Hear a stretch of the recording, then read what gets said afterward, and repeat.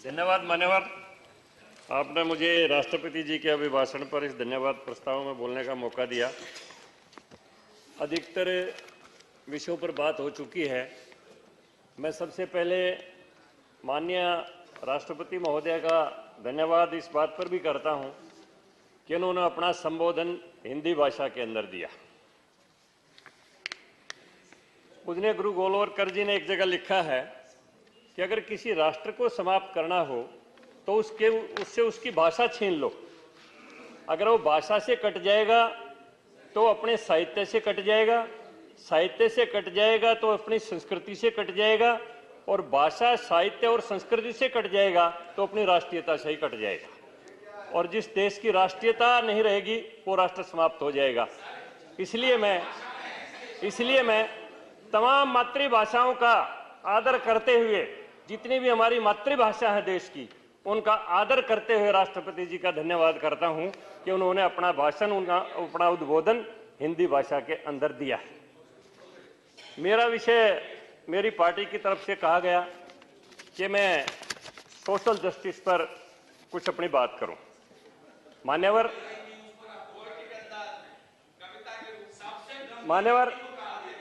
आदमी केवल रोटी के ऊपर जिंदा नहीं रहता है, आदमी के पास एक मन भी होता है।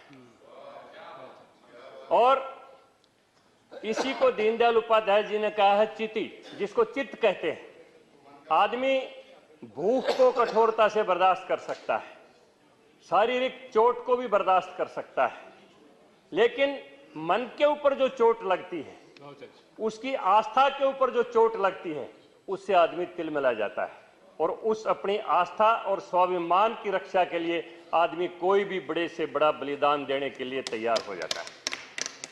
माननीय लक्ष्मण जी ने अपने पहले संबोधन में वीर बाल दिवस के बारे में चर्चा की थी। 2 नाबालिग साहिबजादों ने किस तरह से अपनी आस्था को बचाने के लिए अपना बलिदान दिया, ये इतिहास के अंदर पन्नों के ऊपर दर्ज है। मैं एक और वीर बालक की चर्चा करना चाहूंगा। वीर हकीकत राय का जिक्र आता है इतिहास के अंदर। जब उनको कहा गया कि हकीकत नाम है तेरा, तू समझता नहीं हकीकत को, तू उल्टा जा रहा है छोड़कर राह तरीकत को। कुफ्र को छोड़ दे, पाक कर ले नियत को, गुनाह धुल जाएंगे ले मान अकामे शरीयत को। यहां और आकबत दोनों जहां में सुरखरू होगा, नहीं तो ये देख ले तलवार होगी और तू होगा। 12 साल के हकीकत राय ने क्या जवाब दिया कि तुम्हारे पास ताकत है, मेरे पास है आत्मिक शक्ति, तुम्हारे पास खंजर है, मेरे पास है ओम की भक्ति। ये वो दिल है जिसमें ज्योत परमेश्वर की है जगती, करो तुम लाख कोशिश जो कभी पत्थर को नहीं लगती। तुम में इतनी तो हिम्मत है, मेरा सर तुम उड़वा दो, लेकिन बहादुर तब जानो जब मेरा धर्म तुम छुड़वा दो। मान्यवर, आस्था के ऊपर जब चोट लगती है, यह सबसे बड़ी चोट इंसान के ऊपर होती है।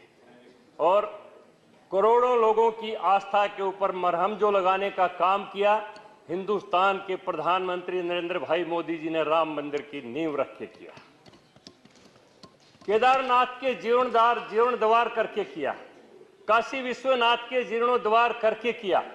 और मैं इसलिए कहता हूं कि आदमी के पास एक मन भी होता है, केवल मात्र रोटी के ऊपर आदमी निर्भर नहीं होता है। और हम ये तो सुनते हैं ताजमहल किसने बनवाया, हम ये सुनते हैं लाल किला किसने बनवाया, लेकिन ये कभी नहीं सुनते कि ये बनाया किसने। और पहली बार हिंदुस्तान के इतिहास में हिंदुस्तान के प्रधानमंत्री नरेंद्र भाई मोदी जी ने राम मंदिर की नींव रखी, तो उसके शिल्पकार चंद्रकांत सोमपुरा को सामने बिठा के उससे भूमि पूजन करवाया। ये पहली बार शिल्पकारों को सम्मान दिया गया है, वरना कोई चर्चा नहीं होती कि ये बनाया किसने, बनवाया किसने, ये चर्चा होती है। मैं मान्यवर सामाजिक न्याय की बात कर रहा था। सामाजिक न्याय केवल रोटी से या घर से भी पूरा नहीं होता है, वस्त्र से पूरा नहीं होता। मैं चर्चा कर रहा था, पहली बार हिंदुस्तान के अंदर अंडमान निकोबार द्वीपों का परमवीर चक्र विजेताओं के नाम पर नामकरण किया गया, यह भी एक सामाजिक सम्मान है। यह सैनिकों का भी सम्मान है, समाजों का भी सम्मान है। इसलिए सामाजिक सम्मान केवल मात्र रोटी तक निर्भर नहीं होता है।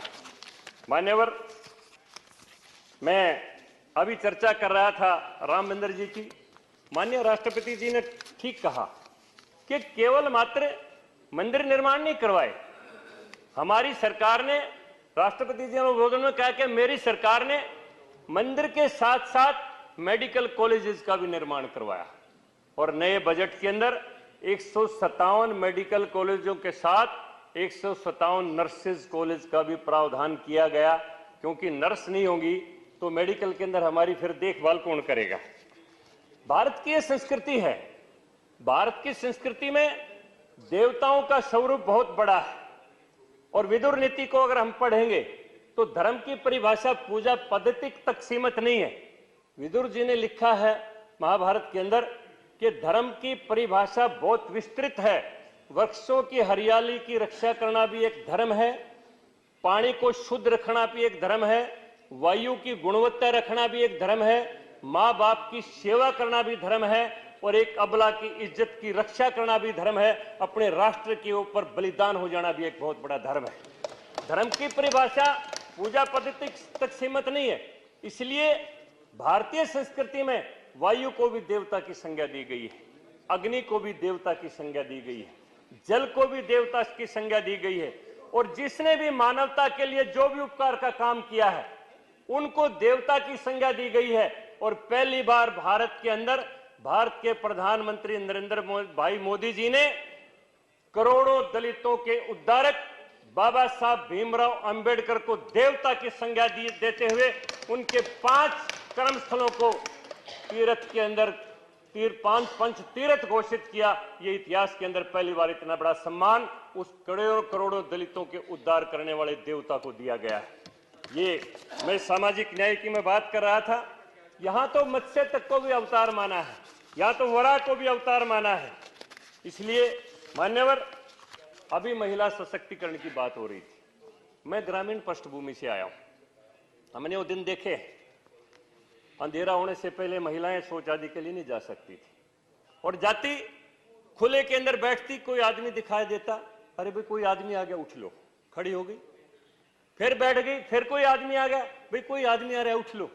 कितना जिल्लत का जीवन हमारी मां बहनें जिंदगी जीती थी, किसी ने कोई इस बात के ऊपर परवाह की? भारत के प्रधानमंत्री नरेंद्र भाई मोदी जी ने 11 करोड़ 70 लाख परिवारों को शौचालय देके भारत की महिलाओं को इस जिल्लत की जिंदगी से मुक्ति दिलवाई और उनको इज्जत और सम्मान का जीवन देने का काम किया। ये सबसे बड़ा काम प्रधानमंत्री नरेंद्र भाई मोदी जी के नेतृत्व के अंदर हिंदुस्तान के अंदर हुआ है। अभी चर्चा हो रही थी गैस कनेक्शनों की। 9 करोड़ 60 लाख गैस कनेक्शन जो धुएं के अंदर फूंक मार मार के हमारी माताएं आज समय से पहले अंधी हो जाया करती थी, उनको मुहैया करवाए। और केवल मात्र इतना ही नहीं, अभी वो चर्चा कर रहे थे, डॉक्टर साहब चले गए कहीं, मातृत्व की बात। मातृत्व अवकाश को 12 सप्ताह से बढ़ाकर 26 सप्ताह किया गया। मैं मान्यवर एक बात कहना चाहता हूं कि लंबे समय तक हिंदुस्तान के दलितों को, पिछड़ों को एक सब्सिडी के जीवन के ऊपर आधारित करके अपने वोट बैंक के रूप में परिवर्तन करने की कोशिश की गई कि मैं समय आएगा तुम्हें कन्यादान की राशि दे देंगे, तुम्हारे स्कूल को बच्चों को स्कूल में बस्ता दे देंगे, तुम्हें 3 रुपये किलो चावल दे देंगे, तुम्हें 2 रुपये किलो आटा दे देंगे, 12 रुपये किलो दाल दे देंगे, 15 रुपये लीटर मिट्टी का तेल दे देंगे। प्रधानमंत्री नरेंद्र मोदी जी ने कहा कि सब्सिडी सहारा है, सब्सिडी समाधान नहीं है। मैं लंगड़े को लाठी के सहारे नहीं चलाना चाहता, मैं लंगड़े को टांग लगाना चाहता हूं ताकि वो अपने पैरों के ऊपर खड़ा हो जाए। इसलिए इस मौजूदा बजट के अंदर जो प्रावधान किए गए दलितों को, पिछड़ों को, आदिवासियों को उठाने के लिए, वो हिंदुस्तान के इतिहास में ऐसे जो प्रावधान किए गए वो पहली बार किए गए हैं। और सबसे ज्यादा जो आदमी को प्यारा होता है वो अपना घर होता है। मान्यवर, आदमी घर की बड़ी चाहत होती है। पहली बार 7 वर्षों के अंदर 2,79,00,000 घरों का निर्माण किया गया और 2023-24 के अंदर 66% बजट में बढ़ोतरी करके 79,000 करोड़ रुपए का अतिरिक्त प्रावधान किया गया। ये हिंदुस्तान के अंदर पहली बार इस बार ये बजट के अंदर प्रावधान किया गया। इसलिए मान्यवर, मेरे जिम्मे था तो केवल मात्र सामाजिक न्याय के ऊपर बात करने की, लेकिन मैं शिल्पकार समाज से ताल्लुकात रखता हूं, मैं विश्वकर्मा समाज से ताल्लुकात रखता हूं, इसलिए मैं वो अपनी बात कहना चाहता हूं। कंक्लूड भारत के अंदर क्या रहा? आपका समय खत्म हो रहा है, आप कंक्लूड करें। मैं 1 मिनट में बस अपनी बात को समाप्त कर दूंगा। आज तक शिल्पकर्मा विश्वकर्मा परिवार के जितने भी वंशज हैं, उन वंशजों के हाथ को काम देने के लिए क्या किया गया?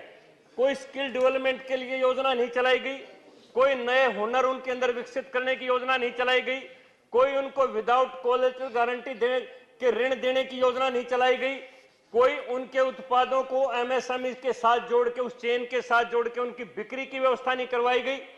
पहली बार भारत सरकार के बजट में देश के करोड़ों विश्वकर्मा वंशजों को, देश के शिल्पकारों को आर्थिक, सामाजिक, शैक्षणिक और तकनीकी रूप से समृद्ध बनाने के लिए प्रावधान किए गए हैं। मैं भारत के प्रधानमंत्री नरेंद्र भाई मोदी जी का, माननीय निर्मला सीतारमण जी का इसके लिए धन्यवाद करता हूं और हम सदैव इस बात के लिए भारी रहेंगे। आपने जो मुझे समय दिया, बहुत बहुत धन्यवाद।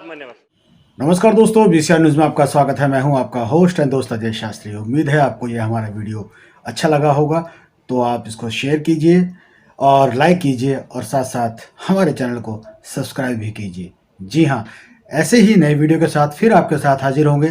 तब तक के लिए आपसे अलविदा लेते हैं। भारत माता की जय, वंदे मातरम। जय हिंद दोस्तों।